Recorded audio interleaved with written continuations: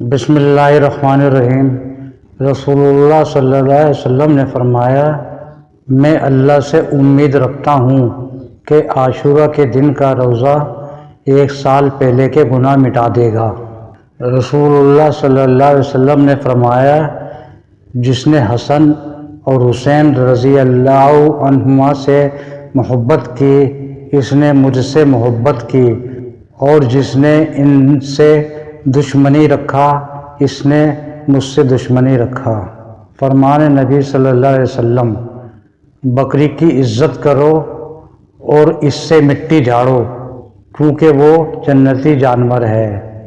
رسول اللہ صلی اللہ علیہ وسلم نے فرمایا، جو شخص اللہ کی رضا کی خاطر مسجد بناتا ہے تو اللہ اس کے لیے جنت میں گھر بناتا ہے۔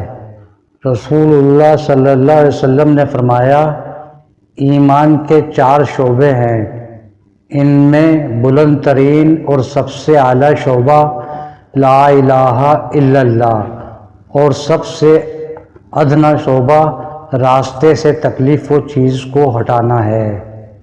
رسول اللہ صلی اللہ علیہ وسلم نے فرمایا، آدمی کی بہترین خوراک وہ ہے جو وہ اپنی محنت سے کما کر کھائے۔ جنت میں ایک دروازہ ہے جس کا نام ریان ہے، اس دروازے سے صرف روزے دار ہی داخل ہو سکتے ہیں اور کوئی نہیں۔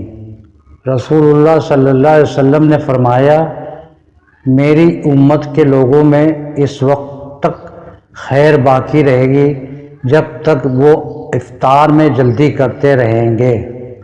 رسول اللہ صلی اللہ علیہ وسلم نے فرمایا، روزدار کے منہ کی بو اللہ کے نزدیک کستوری کی خوشبو سے بھی زیادہ پسندیدہ اور پاکیزہ ہے۔